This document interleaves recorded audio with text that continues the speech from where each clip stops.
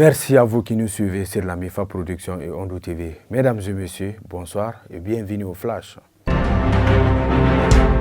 Le jeudi dernier, le président de la transition, son Excellence le colonel Assimi Goïta, a présidé la rencontre des cours et tribunaux 2023-2024 à la Cour suprême à Banangabougou-Bolé, placée sous le thème « Justice et citoyenneté dans le Mali nouveau ».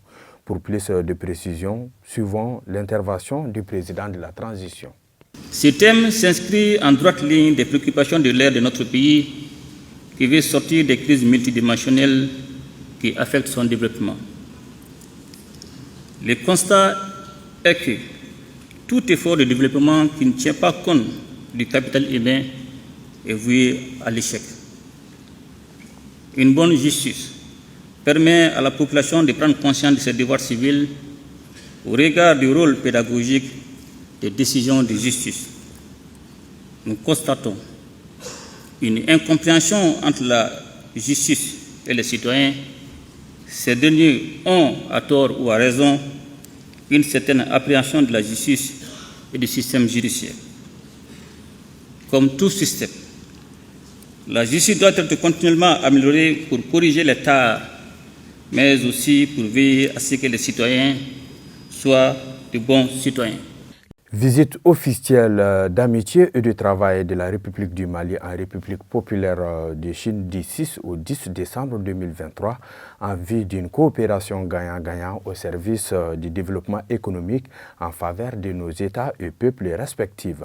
Son Excellence M. Abdoulaye Diop, ministre des Affaires étrangères et de la coopération internationale accompagné d'une forte délégation est en Chine en visite.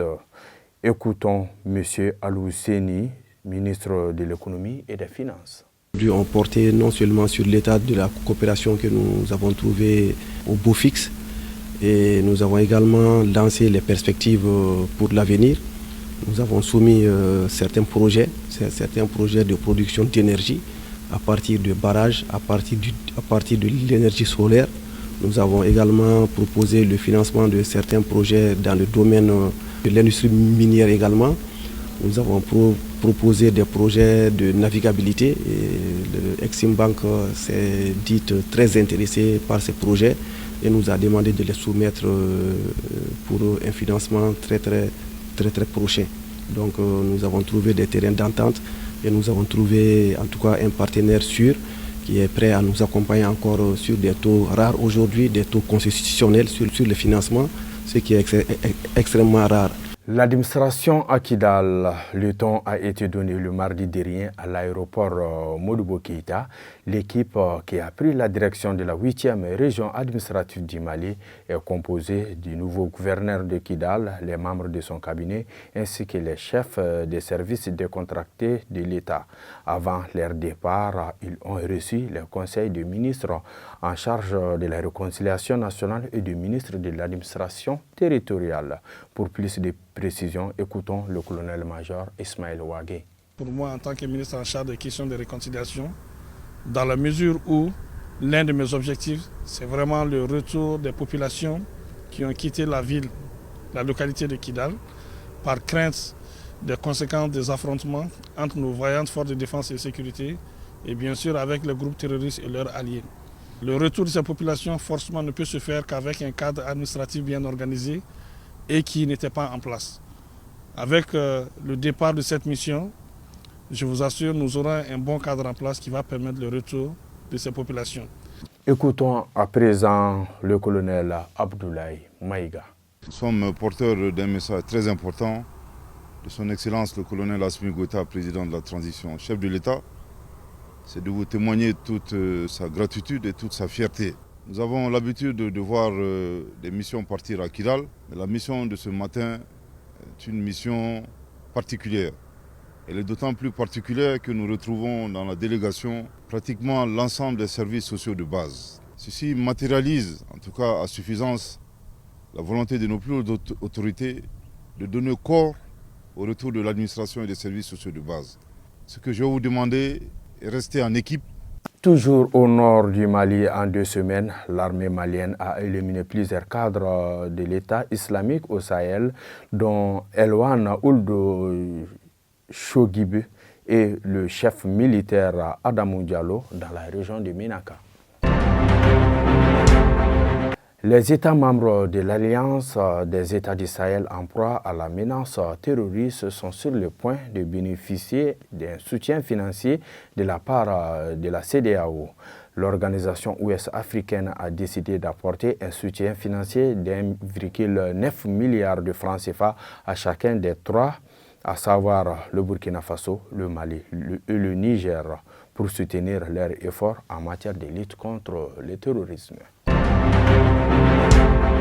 Le Mali et le Niger ont annoncé l'annulation d'un délai de 3 mois de convention de non-double imposition fiscale qui les liait à la France.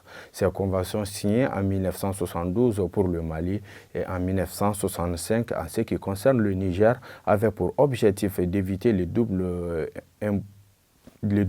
impositions et faciliter l'échange des renseignements fiscaux pour les activités économiques entre les deux pays.